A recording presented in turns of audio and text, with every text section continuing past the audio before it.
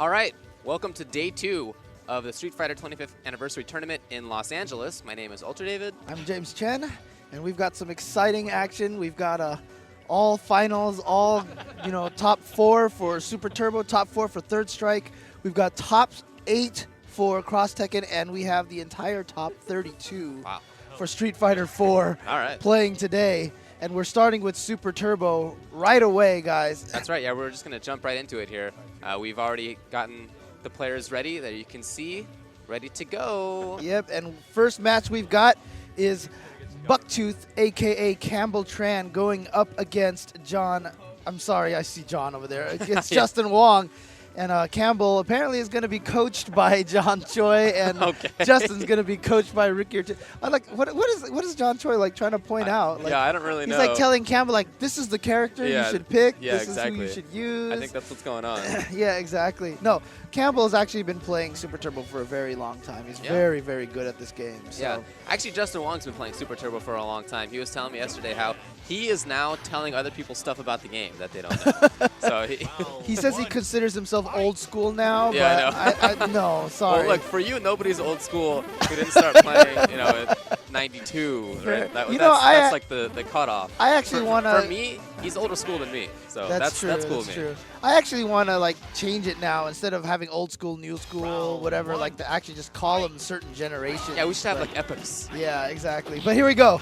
Match has started, and Justin Wong, of course, going with old Sagat, going to be going with some fireball pressure. Yeah, Bucktooth's got a pretty solid Chun, actually. I like what he does a lot. Obviously, he's trying to build meter right now because that's the key to this matchup for Chun-Li. Yeah. Once she gets meter, she can play a lot more off. Ooh, she's now dangerous. Yeah. And Justin has to think twice about throwing fireballs from some ranges. It's one of the hardest matchups for Chun-Li, but you really have to know how to play the match, which is pretty much jump back and do bird kicks whenever you get knocked away. So now you're going to see Campbell just try to build meter. Right, and even taking a pop or two from a Tiger Shot's okay, 'cause now he has the full meter. Ooh, he wanted something. Whether it was up kicks or super, there's super. Yeah. Not quite dead yet. Oh, he was expecting an uppercut from Justin. Yes, he was. And they both flinched at the exact same time, and a low forward from Bucktooth going to take it. Round 2, fight. All right. The old sprites. Excellent. I know. Now, see right there, Bucktooth could have did a head stomp, and then he wouldn't have. Yeah, just like that. that takes away the lower half of Chun-Li's body, and so she just lands faster, so she can land and block that Tiger Shot. Oh, no Dragon Punch from Justin. There are some ranges where you can't really Dragon Punch against Chun-Li's jumps, but I don't think that was one of them. Look at this. Very defensive play from Justin. Yeah, here. that's what I'm talking about. See, he started up with the uppercut. And now... Oh, wow. He got a little bit too... Barely got him. A little overextended there. Barely got him. They can definitely hear what we're saying. Well, that's because there's no other noise right now. Yeah, I know, yeah. It's obviously very early in the morning. Not a lot of players are here. Oh, man. Quit jumping backwards. Yeah. Well, I guess he has to. I mean, to get the bird kick. Charge, and like you said, it's okay sometimes every once in a while just to take a Tiger Shot or two. This game, this specific matchup is so much about that lower right part of the screen. So. Yep. All right, so he's gotten over there, and he's gotten the super. So here comes the threat. Wow, that was a risky stand short. Maybe he just doesn't have super charges. I feel like he wanted that a couple of times. Yeah, and it just didn't come out properly. And Campbell's also good enough with Chun-Li that he knows how to do. Ooh, that's a chunk. Wow, you did wake up throw. But Campbell, I mean, so when you start Chun-Li, when you have that stored super, you hold charge back, back forward, and you can hold forward on the controller. Right. The really advanced part of that trick is that you can let go of one of the 3 directions of forward for a split second, half a second, a fourth of a second. So if you're good, you can actually walk forward, go to defensive crouch, hit forward, and then back, maintain the charge, and still be able to poke with something like low forward. And I've seen Campbell do that plenty of times. Yep. So I know he's capable of that trick. This is good corner control from Justin right here. He doesn't want to let go of this situation. Right. He's at a range where, if that had been Dragon Punch instead, he would have been able to knock her out of the air. He wasn't expecting her to go off the wall. I guess, yeah. But you see how normally when you do a fireball trap, it's 3/4 the screen away, but you saw Sagat. He was less than half the screen away doing that fireball trap. Oh, no. That was interesting. Yeah, I don't know what that was about. Just wanted to do meaty super, I guess? Maybe he was trying to do crouching medium kick rather than the actual super. Yeah, I don't know. he could have been trying to do the trick that I was talking about. Yeah. Nice. Using offensive crouch roundhouse to get over. Oh, And an uppercut from Justin just completely diffuses that offensive situation. Oh, Campbell. okay. Those can actually combo in that kind of situation. And the stun output from that is pretty high. Yeah, Justin right now doing a great job alternating the speed of his fireballs. That's why Campbell's having so much trouble getting past them, landing on them all day. Oh, nice. Justin's looking really good right now. Yeah. Yeah, he's got to build that meter. Oh, this is a big just chance made now. It over. Oh, it was a nice man. idea. It was a really good idea, running right under him, Yeah, trying to it throw him was. from the other side, but somehow Campbell's throw did not come out, and Justin ends up throwing him.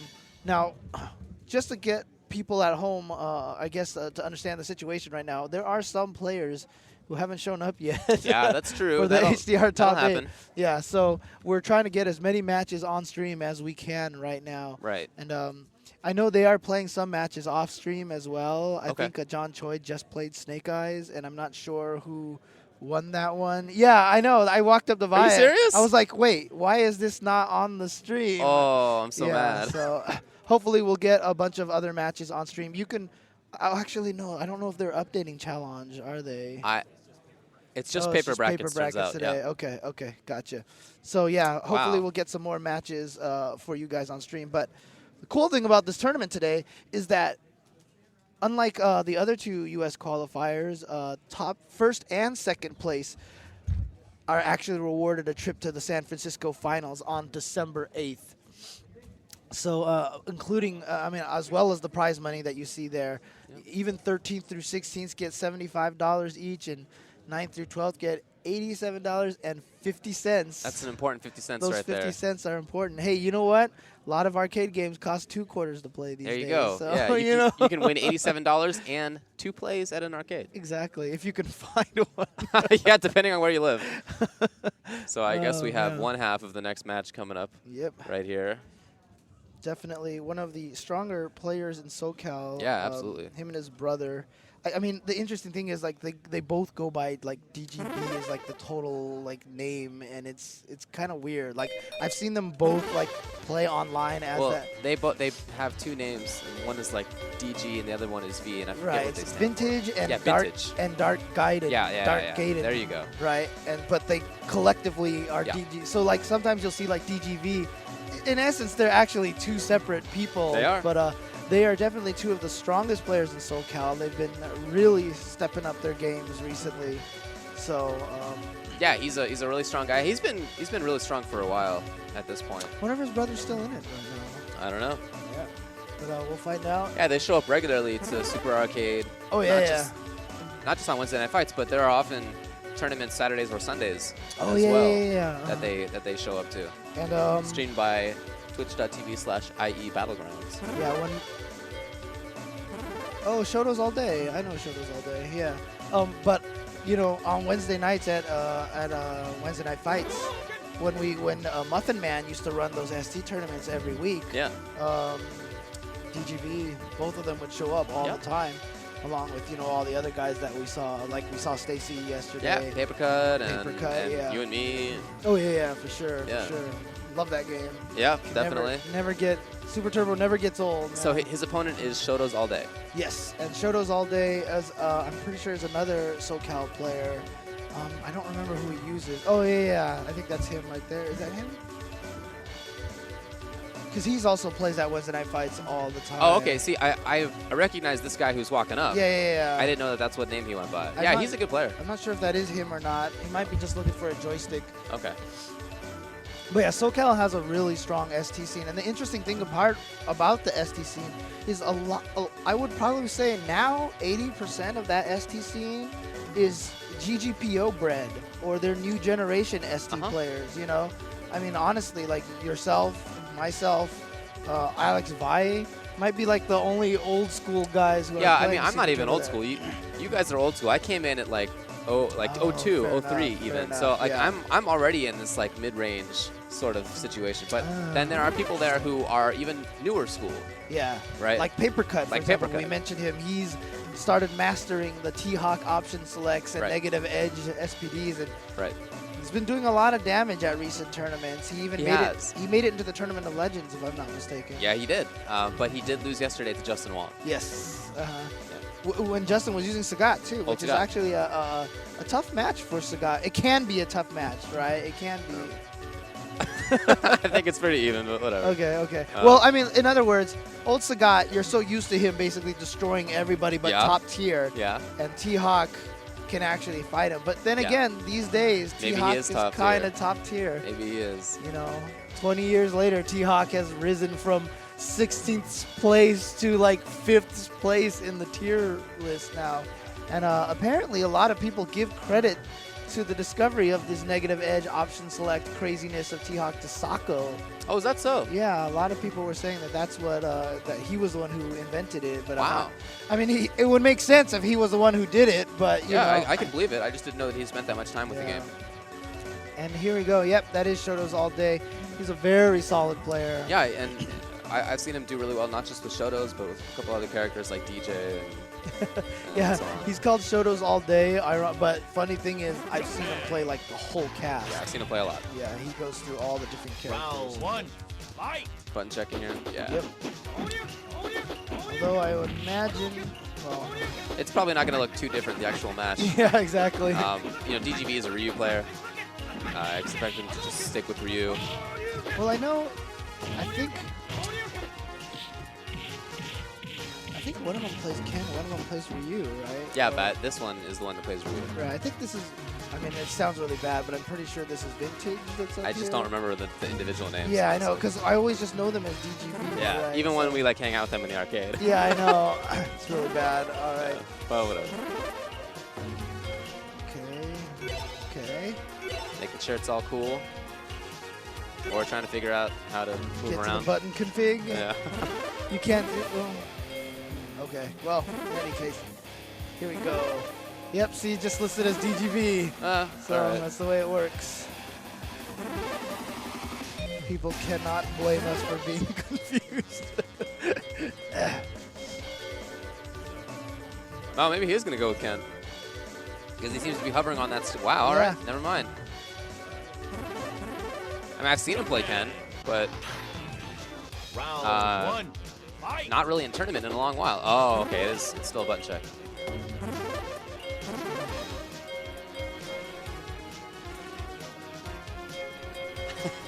You can tell how often these guys play outside of arcade or GTBO.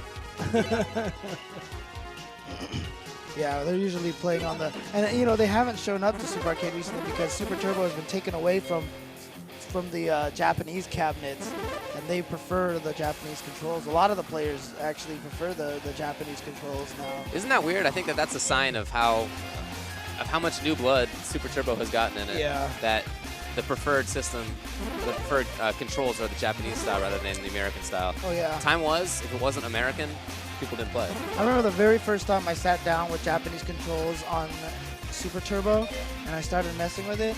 I could do supers like twice as fast. Like I was just. It's easier for you. Yeah, I was like, whoa. But that was the only thing that was easier for me at the start because the square gate really threw me off for the longest time. Okay. But it's just like American sticks, you have to move further to get them to register, and so yeah, I actually was able just to do a super just by like quickly like just like this tiny little circles, and it worked.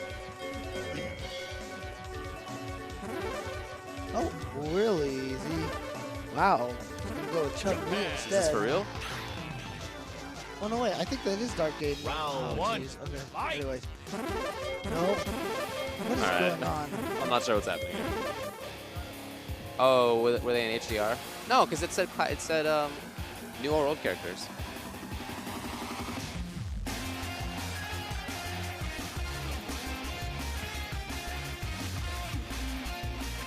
Yeah, I'm not really sure what's happening right now, but they have John Choi over there at this point to help them figure out whatever the problem is.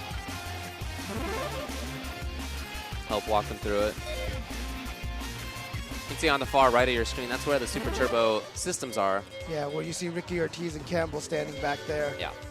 And on the other side, that's where the Third Strike machines are. So those are basically the ones that have people on them right now, Third Strike and Super Turbo. There aren't that many people here for casuals, at least yet, for Street Fighter 4 or for Street Fighter Cross Tekken. There are some, but it's not as crowded. Okay, so now we have a Ryu from DGV's side. And Shotos All Day has gone with Geef. Are we finally into this thing? I guess he's going to try to counter him Okay, with fine. Geef. Yeah. So yeah, Geef is actually a pretty good character against Ryu. I feel like Geef loses most of his matchups, but against the Shotos, he actually does well. He has, oh, nice block. Oh, yeah. Oh, it doesn't set up the safe jump. Yeah, it's almost like Geef was completely balanced around trying to make the Ryu match 50-50. You know? Yeah, really. Yeah, yeah. It's not like I'm saying that Geef blows up Ryu, but I just think it's one of his best matchups. Oh yeah, for sure. He can easily fight this match. Right. So the reasons that he can fight it, there's a huge one. He doesn't really have to get zoned in the same way that most characters do against fireballs. And you know, Ryu and Ken, when they throw their fireballs, they're out there for a little while longer than, for example, Guile. So he can walk up there, and you know, he has the ability to safe jump pretty well. And he's got good footsies too. Yeah, that low roundhouse counters Ryu's low roundhouse very well. Wow, all right, just do super. Okay, why not? So yeah, sweep and stand medium kick are really good normals in this matchup. Yeah. And here is a perfect example of Shotos All Day being able to use like 90 different characters. Round 1, fight! And it's DGV's going to stick with Ryu. All right. I mean, he's already doing a little bit better here. He's zoned a little bit better just at the start. Oh, no. And yeah, so a very common mix-up is to do the stand short, which has no recovery on Ryu's wake-up, and then mix up between either the sweep or the command grab. And if Ryu tries to do a dragon punch, he usually gets popped by the sweep just because of how the inputs go. Nice. Nice with that overhead there, caught him. And he was mostly in block stun off of that fireball as well. Yeah, it's a high-low mix-up after that. If you're at a range where you have to block it and Ryu gets advantage, then you just have to guess which side he's going to go with. Oh, no! Wow, just barely missed. And here we go. Nice! I like that little stagger step. Wow, DGV is just going crazy with uppercuts. Reversal attacks. He's got good timing, this guy. I like it. He's just no fear. And that kind of threw Shotos All Day a little bit off his game there. He was like, whoa, he is just uppercutting like crazy. Yep. And he just basically spent a lot of time second-guessing himself on that. And he's doing the sweep Kara Fireball, or Kara Dragon Punch, I guess, in that case as well. That's crazy. I think that's catching on. Yeah, that's a... Oh, it might have tried it there. I think he probably did. Yeah, and it just didn't come out with the uppercut. Basically, it's a trick to allow them to get a sweep if they happen to be in range, or uppercut. You see it right there. Yeah, sweep is already hitting by the when it's still Kara cancelable. Okay, Yeah, that's how fast the move comes out. Nice. Wow, tick throw against Zangief. That's always a huge risk in this game.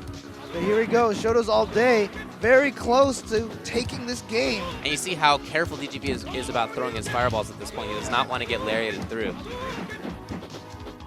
Yeah, that's about danger range now.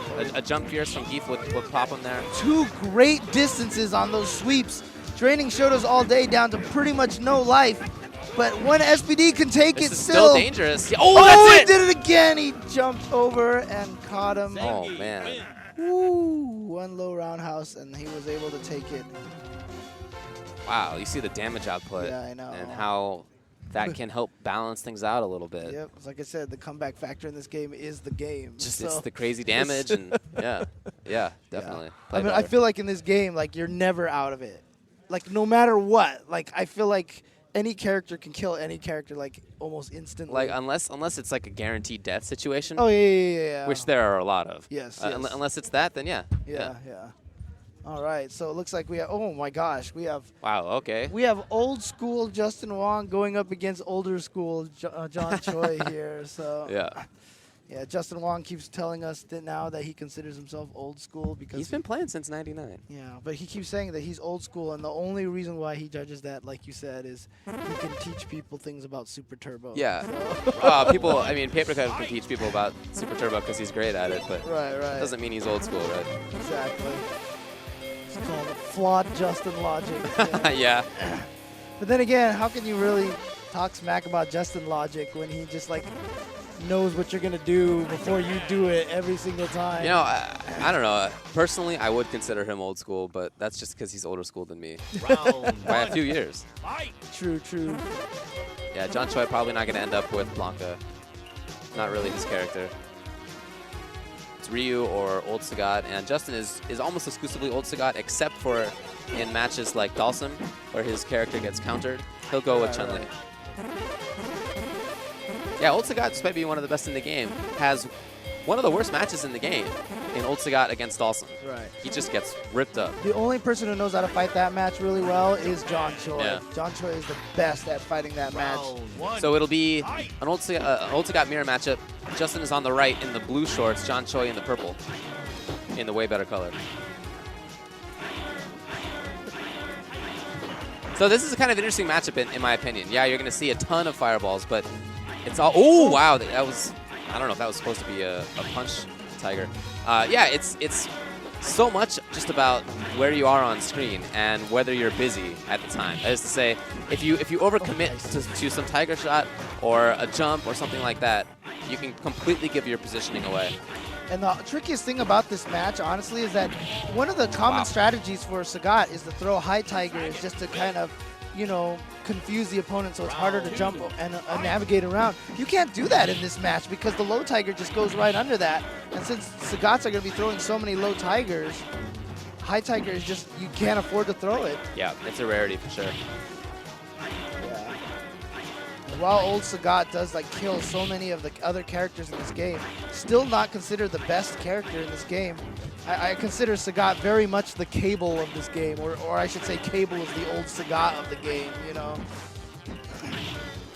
I really like John Choi's positioning and his, wow, I was just about to say his patience because he had been picking great spots for the last 10 or 15 seconds. But I mean, that was and a then smart, he just goes in. That was a smart double jump because a lot of people tried to throw that Tiger right when you land. That's true. And he jumped again, and then Justin just missed his uppercut. It's just all it came down to. But that's the thing about this game, is the game is so fast-paced that sometimes it's just, that's actually a part of the game. Like, in other games, when you see someone miss an uppercut, you're like, oh, that was crucial. In this game, it just happens. Yeah, that's true. It's just, it happens at every level of play.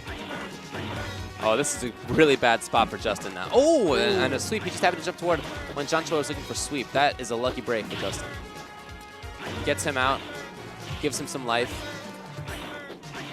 And he's trying to whittle away slowly from far range. Ooh, that range right there is one of the ranges where you just don't know what's going to happen for either player. It's going to be a jump or a low Tiger. I don't know. Nice thing about that Sagat jump roundhouse, though, is you can jump at a range where you could kick the low Tiger, but if you don't kick, he can't uppercut you, you know, because that jump roundhouse reaches so far. Right. Oh, yeah. So good. John Choi is looking solid. Justin Wong's probably like, I didn't know you could do that. I'm going to steal that. John Choi, I mean, he is. Oh, here we go. Oh, if he had canceled that short into an uppercut, he would have won, but doesn't matter. He still takes the round. Nice little comeback there from Justin, keeping himself alive.